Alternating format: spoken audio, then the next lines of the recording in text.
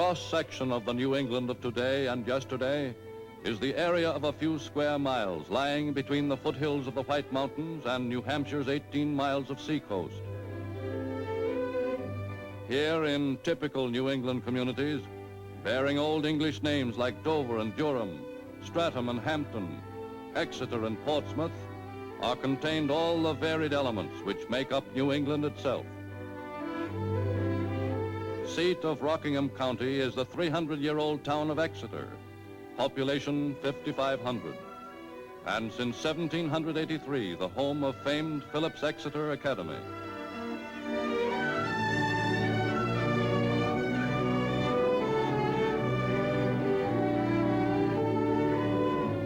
Apart from the academy, the principal employment of the town comes from its few factories, most of them small.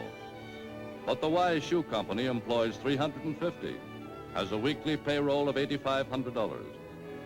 And Hervey Kent's cotton mill hires 334 hands and pays them about $7,500 every Saturday. Most of the employees have worked for the Kents for many years. They have no union and there has never been any labor trouble. Hervey Kent is considered Exeter's most substantial citizen. He lives in a big remodeled house just outside the town limits, a house which people say cost him more than $50,000. But his widowed mother, Mrs. Adelaide Kent, still lives in the old Victorian house on Front Street where Hervey was brought up. Mother Kent is over 70 years old, but she seldom misses a town meeting and keeps a close watch on how Exeter's selectmen spend the taxpayers' money. The Exeter Banking Company, deposits $3.5 million, net assets $4 million, is also controlled by the Kents. Hervey is a large stockholder in the town's weekly newspaper, the 110-year-old Exeter Newsletter, circulation 4,000. It was taken over by a group of Exeter men in 1938, after the death of well-loved old John Templeton, for 60 years its owner and editor. Its publisher today is a smart young newspaperman from Boston, 33-year-old Harry B. Thayer, Jr., who gets a pretty good salary, plus a share of the paper's modest profits. Running the town of Exeter is its board of 3 selectmen: Charlie Russell, 76, retired grocer; Bob Sawyer, 44, manager of the Farm Service Bureau; and John Larry, 49, proprietor of the Higgins Ice Cream Company. Exeter's police force has 3 regular patrolmen and 3 special officers, besides the chief. The lockup, with 3 cells and a pen, can accommodate up to 18. But in Exeter's 300 years, there have been few major crimes. Only 7 known homicides, the last in 1924. The chief, Tom Chrysler, is a firm believer in modern methods of crime detection and a great admirer of the FBI. The chief was one of the first in New Hampshire to make use of fingerprinting in photography. The fire department, organized in 1798, has 5 pieces of modern apparatus, a force of 29 volunteers and 2 permanent firemen. Not counting calls to save cats and dogs and to pull boys out of the Squamscott River, the department answered 20 bell alarms and 105 still alarms last year.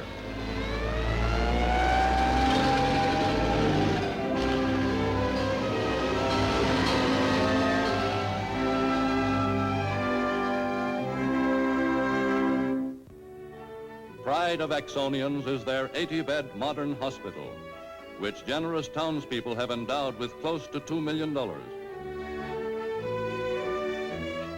Exeter people are great readers. Of the 1,000-odd families in the town, at least 800 have cards and regularly take out books from the public library. Miss Goodwin, the librarian, has a long waiting list for the most popular titles. Exeter's young people are better educated than the average. Of those who graduate from the Boys' High School and the Robinson Female Seminary, from 75 to 90% go on to college.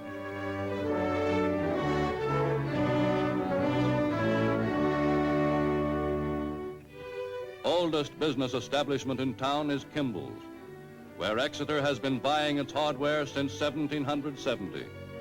Haley's Market has been in the same family for 103 years. Its present proprietor, Ed Haley, is a grandson of the founder.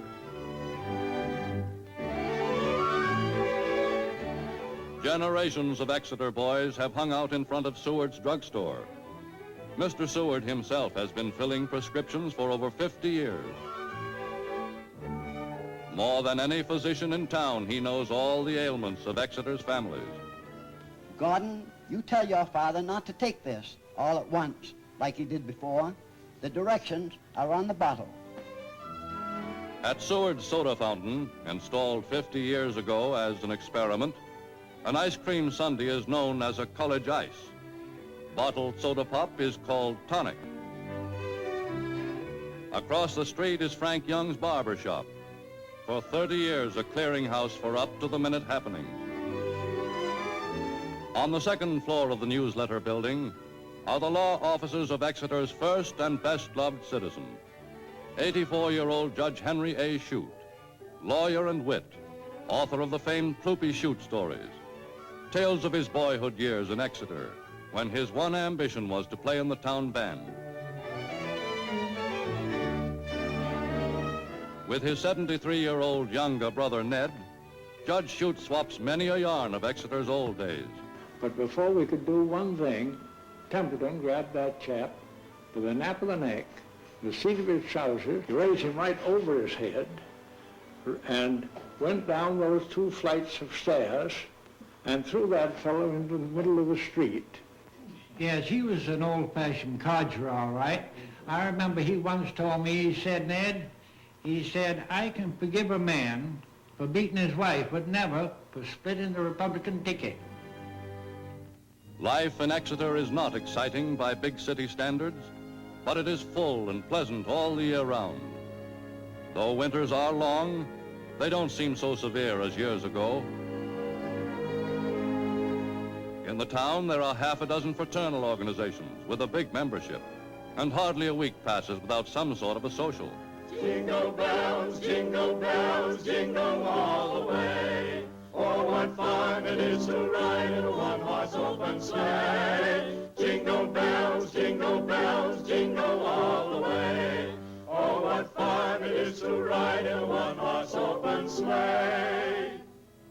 Not many people in town can afford to go south, but there are hundreds who wouldn't miss a winter in Exeter, even if they could afford it.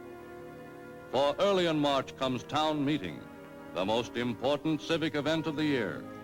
First, to choose by ballot and plurality vote a town clerk. Second, to choose by ballot and plurality vote one select man for 3 years. Winter or summer, time passes as quickly in Exeter as anywhere else. From the earliest days of the movies, there has been a picture theater in town. Townspeople go fairly regularly, and Fred Markey, the manager, knows everyone's likes and dislikes. Across the Squamscott River on J.D. Hill is the Country Club. Annual dues, $20. Nearby is the Sportsman's Club, oldest trap shooting club in the U.S.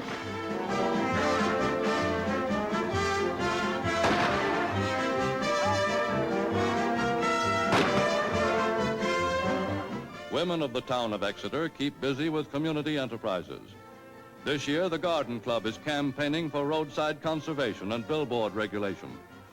If 38 states can pass laws regulating the hideous and unsightly billboards that ruin the countrysides and make the highways unsafe, we are not going to have billboards in beautiful New Hampshire.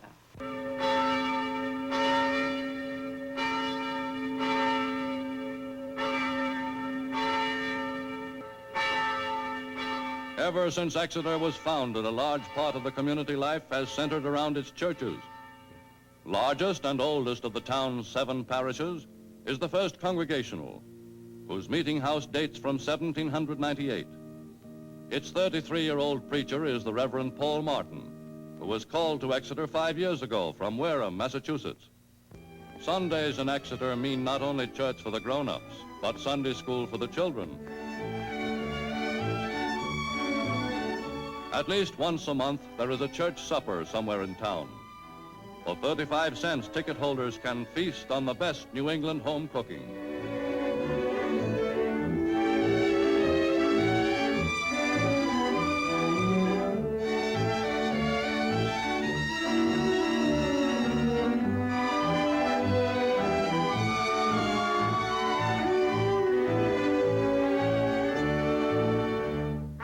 From late spring until early fall, the 100-year-old Exeter Brass Band gives a concert every Tuesday night in the square in front of Town Hall.